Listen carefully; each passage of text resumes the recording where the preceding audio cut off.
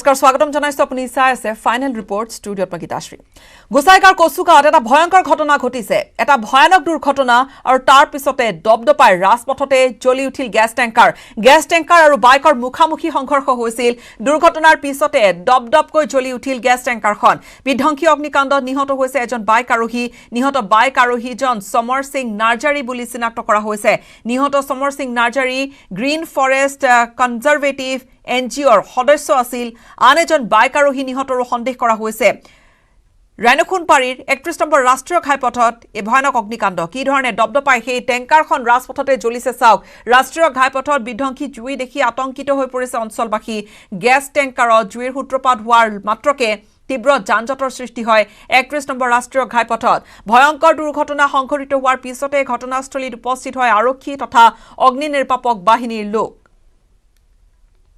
এজন নিহত হৈছে আন এজন বাইক আৰোহী নিহত হোৱাৰ সন্দেহ কৰা হৈছে গোসাইগাঁৱৰ ঘটনা গোসাইগাঁৱৰ কচুগাঁৱত এক ভয়ংকৰ অগ্নিকাণ্ড আৰু এই যে অগ্নিকাণ্ড ইয়াৰ দুৰ্ঘটনাৰ ফলত হৈছিল গেছ টেংকাৰ আৰু বাইকৰ মুখামুখি সংঘৰ্ষ হৈছিল দুৰ্ঘটনাৰ পিছতে দবদপাই জ্বলি থাকিল এই ধৰণে গেছ টেংকাৰখন বিধ্বংসী অগ্নিকাণ্ডত এজন বাইক আৰোহী নিহত হৈছে যিজন নিহত বাইক আৰোহী চিনাক্ত কৰা হৈছে সমৰ সিং নাৰ্জাৰী বুলি নিহত Samar Singh Narzary green forest conservative এনজিঅ'টোৰ সদস্য আৰু এজন বাইক আৰোহী নিহত হোৱাৰো সন্দেহ কৰা হৈছে ৰাইনখুনবাৰীৰ ৩১ নম্বৰ ৰাষ্ট্ৰীয় ঘাইপথত দবদপাই জ্বলি থাকিল এই ধৰণে টেংকাৰখন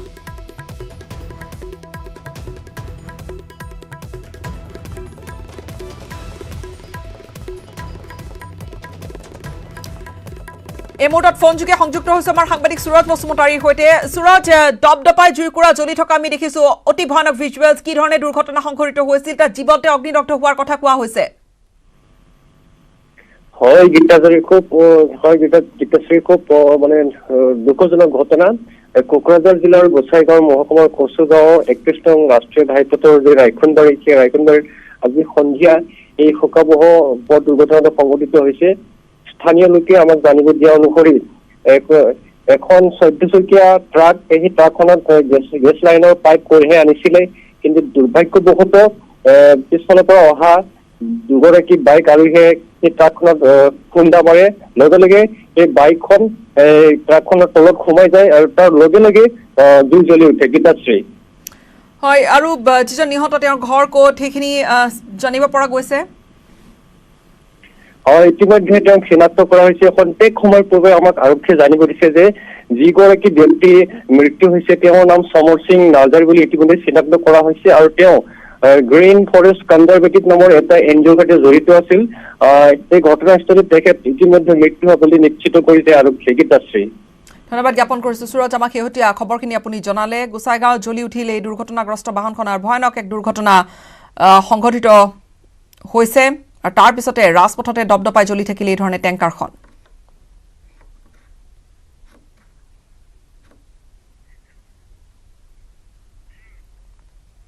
গুৱাহাটী বিশ্ববিদ্যালয়ৰ স্নাতকোত্তৰ ছাত্ৰ সন্থাৰ সাধাৰণ নিৰ্বাচনৰ ফলাফল ঘোষণা কৰা হৈছে সভাপতি পদত নিৰ্বাচিত আসুৰ হেমেন কলিতা আৰু উপসভাপতি পদত নিৰ্বাচিত হৈছে SMSSৰ নৱদীপ বৰগোহাঁই সাধাৰণ সম্পাদক পদত নিৰ্বাচিত হৈছে NSUৰ বিকি শৰ্মা সংগীত সম্পাদক পদত বিজয় হৈছে আসুৰ প্ৰত্যাশী কলিতা নিৰ্বাচনৰ ফলাফল ঘোষণাৰ পিছতে গুৱাহাটী বিশ্ববিদ্যালয়ত এটা উৎসৱমুখৰ পৰিৱেশে বিৰাজ কৰিছে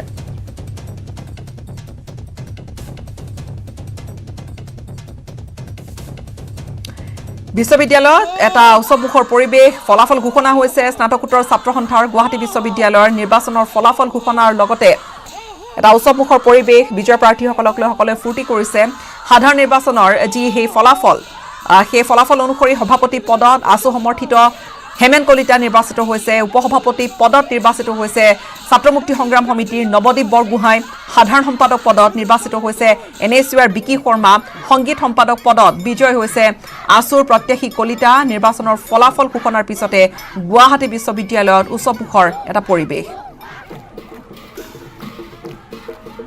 বিশ্ববিদ্যালয় আৱাসৰ যি সাহস দিছিল বিশ্ববিদ্যালয় বিভিন্ন বিভাগৰ শিক্ষাৰ্থীসকলৰ যি সহযোগিতা বা সঁহাৰি অভিহিত হৈছে সঁহাৰিত আৰু এই সঁহাৰিৰ জৰিয়তে আজি জয়যুক্ত হ'বলৈ সক্ষম হ'লোঁ আমি যেহেতু সমাজখনৰ দায়িত্ব আছে যেহেতু বিশ্ববিদ্যালয়ত অসমৰ বিভিন্ন চুক কোণৰ পৰা আহি অধ্যয়ন কৰি আছে তেনে ক্ষেত্ৰত বিশ্ববিদ্যালয়ৰ অন্তৰ্গত মহাবিদ্যালয়সমূহৰ শিক্ষাৰ্থীসকলৰ ভৱিষ্যত জড়িত হৈছে এই বিশ্ববিদ্যালয়ৰ ক্ষেত্ৰত সেই ক্ষেত্ৰত যিহেতু আমি বিশ্ববিদ্যালয় ছাত্ৰকণ্ঠ হ'বলৈ ওলাইছোঁ বিশ্ববিদ্যালয় সভাপতি পদত অধিষ্ঠিত হৈছোঁ সেই ক্ষেত্ৰত সকলোৰে সহযোগিতা দ্বাৰা সেইসমূহ সমাধানৰ ক্ষেত্ৰত সম্পূৰ্ণ দিহা পৰামৰ্শ আমাক অত্যন্ত প্ৰয়োজন ব্ৰেকিং নিউজ সন্দিকৈ কলেজত কোভিডৰ আতংক কৰোনাৰ সংক্ৰমণ বাঢ়িছে কৰোনাত আক্ৰান্ত হৈছে কেইবাগৰাকীও প্ৰবক্তা আৰু ছাত্ৰী আৰু সন্দিকৈ কলেজ মাইক্ৰ কণ্টেইনমেণ্ট জোন ঘোষণা কৰা হৈছে কৰোনা সংক্ৰমণ ৰোধ কৰিবৰ বাবে 7 দিনলৈ বন্ধ কৰা হৈছে হেণ্ডি কলেজ পুনৰ জনাইছো সন্দিকৈ কলেজত কৰোনাৰ সংক্ৰমণ বাঢ়িছে বহু কেইগৰাকী ছাত্ৰী আক্ৰান্ত হৈছে সংক্ৰমিত হৈছে কেইবাগৰাকীও প্ৰবক্তা কোভিড-19ত আৰু সন্দিকৈ কলেজক মাইক্ৰ কণ্টেইনমেণ্ট জোন ঘোষণা কৰা হৈছে কৰোনা সংক্ৰমণ ৰোধ কৰিবৰ বাবে 7 দিনলৈ বন্ধ কৰা হৈছে সন্দিকৈ কলেজ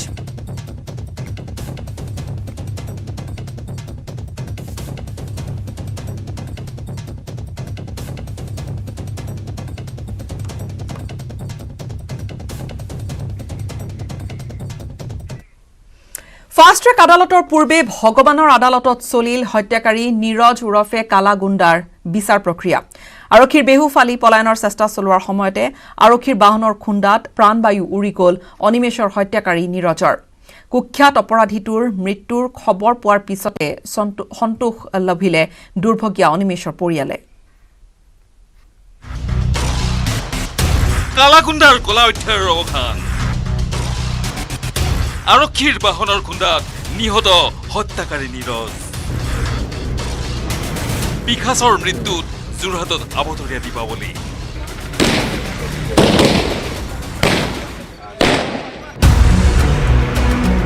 পুৱতি নিশা অন্ত পৰিল নীৰজ উৰফে কালাগুণ্ডা ওৰফে কলা লৰাৰ ঘৃণনীয় কলা অধ্যায় আৰক্ষীৰ বাহনৰ খুন্দাত প্ৰাণবায়ু উৰি গ'ল ছাত্ৰ নেতা অনিমেষৰ ঘাতক নীৰজৰ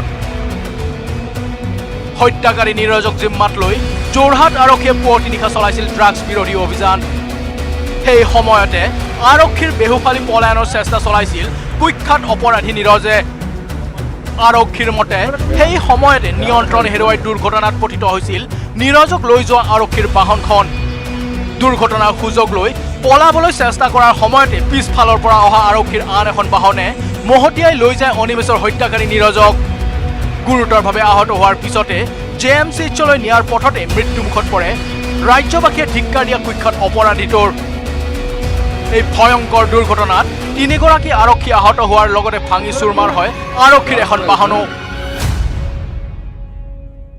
এইটোতো লিডিং এইটো কৰাবৰ কাৰণে যেতিয়া গৈ আছিলে তেতিয়া ৰাস্তাত এইটো মতলব কোলাৰ অৰা এনেকে এটা ঠাই পায় মতলব কিবা এইটো সুইটেবল এইটো কৰি এইটো গাড়ীৰ পৰা পিছফালৰ পৰা থাৰৰ পৰা জাম্পি মাৰি দিলে এই জাম্প মাৰাৰ পিছত আমাৰ পিছফালে যোন এস্কৰ্ট পাৰ্টি আছিলে এইটোই সেম স্পীডত আছিল তেতিয়াতো গাড়ী জন হৈ গ'ল এইটো বহুত চেষ্টা কৰিলে ড্ৰাইভাৰ বচাবৰ কাৰণে লেকিন তথাপিও এইটো তাকে টক্কৰ লাগি গ'ল আমাৰ গাড়ী বচাই একদম কিনাৰাত গুচি গ'ল আৰু এইটো গৈ মতলব দিৱালত খুন্দা মাৰিলে আমাৰ গোটেই গাড়ী নষ্ট হৈছে আৰু আমাৰ 3টা পুলিচ পাৰ্চনেল বেডলি ইনজাৰ্ড হৈছে জিএমচিএইচত কোলা লৰাক মতলব ব্ৰড ডেড দিয়া হৈছে এদিন আগলৈকে অনিমেষ হত্যাকাণ্ডৰ মূল কালপ্ৰিট কালাগুণ্ডাক ফাষ্ট ট্ৰেক আদালতৰ যোগেদি বিচাৰৰ দাবী উঠিছিল সৰ্বত্ৰে পিছে ভগৱানৰ আদালতত এই বিচাৰ প্ৰক্ৰিয়া বেছিকৈহে ছুপাৰ ফাষ্ট হৈ পৰিল কালাগুণ্ডাৰ মৃত্যুত সন্তোষ লাভ কৰিছে পুত্ৰশোকত দহি থকা বৃদ্ধা মাতৃৰ লগতে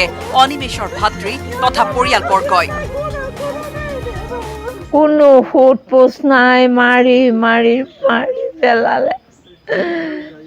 পেলালে ল'ৰাটো সেইজন আজি এইটো ল'ৰা মৰা শব্দ শুনি মই খুব আনন্দিত হৈছোঁ কালি মাকলে বেয়া লাগিছে মোৰ নিচিনাই সেইজনী মাক আছে যদি মাকলে বেয়া লাগিছে শান্তি লাগিছে অলপ তাত মাতোৱে শান্তি পাইছে আৰু এয়া হৈছে সকলো ৰাইজৰ যি আমাৰ দুখৰ সহভাগী হ'ল সকলোখিনিকে সেৱা জনাইছোঁ যি মৃত্যু হৈছে বুলি জানিব পাৰিছোঁ সেইকাৰণে তাৰ আত্মাই শান্তি পাওক সমান্তৰালকৈ কুখ্যাত অপৰাধী কালাগুণ্ডাৰ মৃত্যুত স্বস্তিৰ নিশ্বাস পেলাইছে যোৰহাটবাসীয়ে যেন দানৱৰ মৃত্যুত আনন্দিত হৈ ৰাজপথত ফটকা ফুটাই আবতৰীয়া দীপাৱলী পালন কৰিলে যোৰহাটৰ জনতাই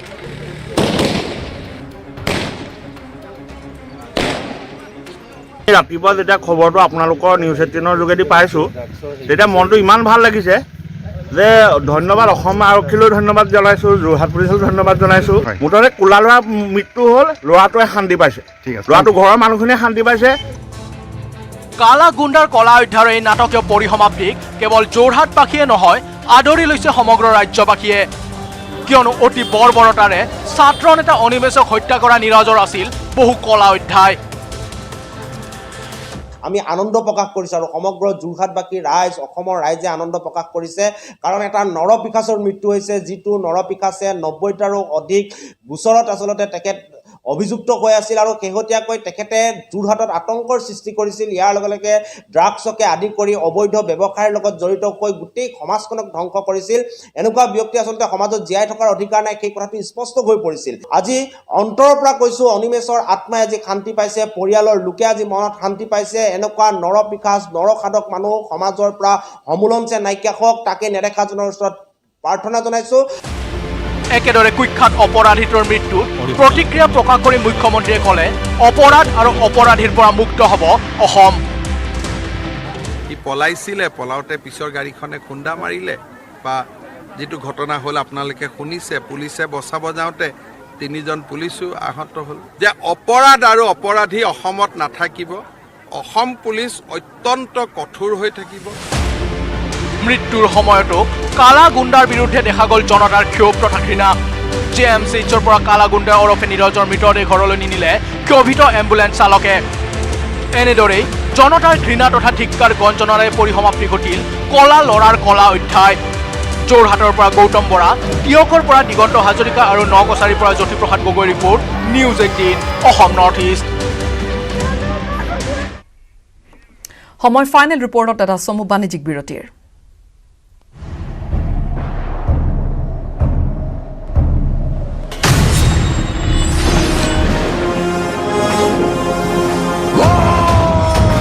এতিয়া বিশ্বই জানে ষ্ট্ৰং মানে মাইথান নিৰ্মাণৰ মানদণ্ড।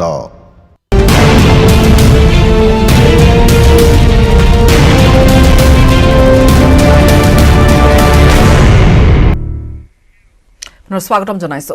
ৰাজ্যৰ চাফাই কৰ্মীৰ বিভিন্ন সমস্যা সমাধানৰ দাবীত চাইকেল যাত্ৰা। 400 কিলোমিটাৰ চাইকেল যাত্ৰাৰে ব্যতিক্ৰমী প্ৰতিবাদ সাব্যস্ত কৰিলে দিলীপ বাছফৰ আৰু ৰকি বাছফৰে।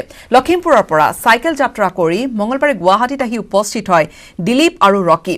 চৰকাৰক 5 দফীয়া দাবী সম্বলিত এখন স্মাৰক পত্ৰ প্ৰদান কৰাৰ লগতে সম্বোধন কৰে এখন সংবাদমেলো।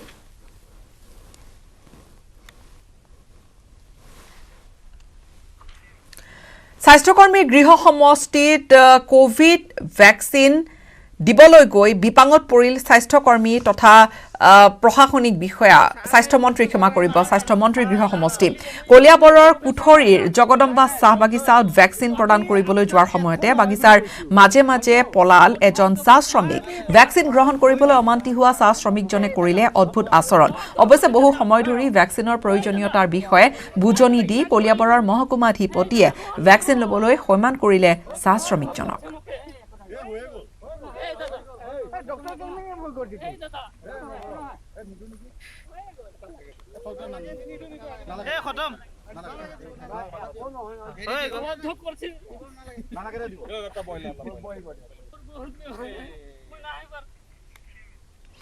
ইপিনে জাগিৰোডৰ কোভিড ভেকচিন চেণ্টাৰতো একেই পৰিৱেশ। মন্ত্ৰী পীযুষ হাজৰিকাৰ সন্মুখতে ভেকচিন ল'বলৈ অমান্তি হয় এগৰাকী বৃদ্ধা। বহু চেষ্টা তথা বুজনিৰ পিছত বৃদ্ধাগৰাকীয়ে ল'লে অৱশ্যে কোভিডৰ টীকা। ভেকচিন গ্ৰহণৰ সময়ত বৃদ্ধাগৰাকীৰ আচৰণে অৱশ্যে কিন্তু আমোদো দিলে বিভিন্নজনক।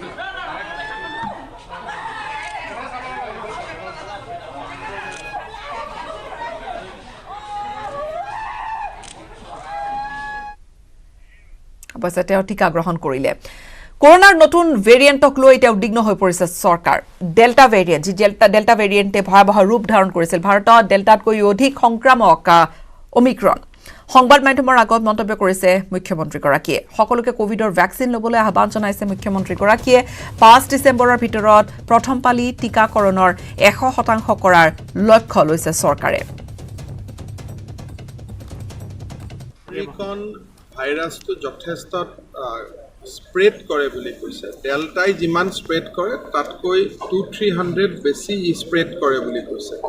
সেইকাৰণে বিজ্ঞানীসকলে কৈছে যে আমি ভেকচিনটো যাতে সম্পূৰ্ণ কৰি ল'ব পাৰোঁ। অসমত বৰ্তমান 1 লাখ চৰকাৰী কৰ্মচাৰীয়ে দিনে ৰাতিয়ে পৰিশ্ৰম কৰি আছে যাতে অহা 5 ডিচেম্বৰৰ ভিতৰত প্ৰথম ড'জৰ ভেকচিনেশ্যন আমি 100% কৰিব পাৰোঁ। আৰু যিসকল ক'ৰবাত যদি কোনোবা গাঁৱত ৰৈ গৈছে তেওঁলোকক 5ৰ পৰা 10 তাৰিখৰ ভিতৰত আমি ভেকচিন দি দিম। এতিয়াও দি আছোঁ সম্পূৰ্ণ কৰি। 10 ডিচেম্বৰত অসমে আনুষ্ঠানিকভাৱে 5 ড'জ ভেকচিন কমপ্লিট কৰা। এতিয়ালৈকে ইণ্ডিয়াত 11খন ৰাজ্যই কৰিছে, সৰু সৰু ৰাজ্য। ডাঙৰ ৰাজ্যৰ ভিতৰত অসমেও স্থান পায়। ইফালে আজিৰে পৰা গুৱাহাটীত বলবৎ হৈছে পৰিবহণ বিভাগৰ নতুন নীতি নিয়ম। এতিয়াৰে পৰা দুচকীয়া বাহনত চালকৰ লগতে আৰোহীগৰাকীয়েও পিন্ধিব লাগিবই হেলমেট, অন্যথা ভৰিব লাগিব জৰিমনা। প্ৰতিবেদন আগবঢ়াই বিদায় ল'ম। নমস্কাৰ। হেলমেট পিন্ধিলে গোলাপ, হেলমেট নিপিন্ধিলে জৰিমনা। গুৱাহাটীত 1 ডিচেম্বৰৰ পৰা বলবৎ হৈছে নতুন আইন। দুচকীয়া বাহনৰ চালক আৰোহী দুয়ো পৰিধান কৰিব লাগিব হেলমেট, বাধ্যতামূলক। পিছে আইন বলবৎ হোৱাৰ প্ৰথম দিনাই গুৱাহাটীৰ ৰাজপথত বহুজনে ভৰিলে 1000 টকাৰ জৰিমনা। আজিৰ পৰা নতুন নীতি যিহেতু প্ৰযোজ্য হৈছে, চালকৰ লগতে যিজন আৰোহী থাকিব অৰ্থাৎ পিছত যোনজন ব্যক্তি বহিব তেওঁ হেলমেট পৰিধান কৰিব লাগিব। আৰু সেই নীতি আজিৰ পৰা প্ৰযোজ্য হ'ব বুলি এই মুহূৰ্তত জানিব পৰা গৈছে। আৰু আচলতে চাব যায় গুৱাহাটীত এই নিয়ম দীৰ্ঘদিনৰ পিছত আহিছে, যিহেতু ভাৰতৰ আন আন চহৰবোৰত প্ৰায় অহা দেখিবলৈ পোৱা গৈছে। ভাৰতৰ আন আন চহৰৰ লগতে চুবুৰীয়া ৰাজ্য মেঘালয়তো এনেধৰণৰ নিয়ম দেখিবলৈ পোৱা যায়। মহানগৰীৰ ৰাজপথত বিভিন্ন স্থানত পৰিবহণ বিভাগৰ অভিযানত ধৰা পৰিল হেলমেট নিপিন্ধা বহু চালক আৰোহী। কোনোবাখন মটৰচাইকেলৰ চালকে যদি হেলমেট পৰিধান কৰা নাই, কোনোবাখন মটৰচাইকেলৰ 5 ছিটত বহাগৰাকীয়ে পিন্ধা নাই হেলমেট। হেলমেট নিপিন্ধা সকলোকে ৰখাই জৰিমনা বিহিলে পৰিবহণ বিভাগে। জৰিমনা ভৰা কোনোবাই ক'লে নতুন আইনৰ কথা গমেই নাপায়, কোনোবাই ক'লে মানুহ চাইহে ধৰিছে পৰিবহণ বিভাগে। নাই, মই গম পোৱা নাছিলোঁ। তিনিটা গাড়ী গ'ল, মোৰ সন্মুখেদি গৈছে। তেওঁ ক'লোঁ যে এই গ'ল এওঁলোকক ধৰক, সাৰ্বজনীন হ'ব লাগিব, তেনেকৈ নহ'ব নহয়। ডাবল হেলমেট পিন্ধা নাই, মই পিন্ধি আছিলোঁ, সি পিন্ধা নাই। নাই ছাৰ, গম পোৱা নাই। ডাবল হেলমেটটো কিনা নাই ছাৰ, আজিৰ পৰা কিনি ল'ম। আনহাতে পৰিবহণ বিভাগে 30 নৱেম্বৰ পৰ্যন্ত চলোৱা সজাগতামূলক অভিযানৰ পিছত যিসকল মটৰচাইকেলৰ চালক আৰোহী উভয়ে হেলমেট পৰিধান কৰিছে তেওঁলোকক এপাহকৈ গোলাপ ফুল যাচিলে পৰিবহণ বিভাগে। যিসকলে আজি আমাৰ এই আহ্বানটো মানি লৈছে, বহুতে মানি লৈছে, আমি প্ৰায়খিনিকে আমি এপাহ ৰঙা গোলাপেৰে সম্বৰ্ধনা জনাব বিচাৰিছোঁ আৰু উৎসাহিত কৰিছোঁ যাতে এইটো তেওঁলোকে কণ্টিনিউ কৰে। আজি পিন্ধিছে কালি নিপিন্ধিব এনেকুৱা নহয়, এইটো কণ্টিনিউ কৰে। মনত ৰাখিব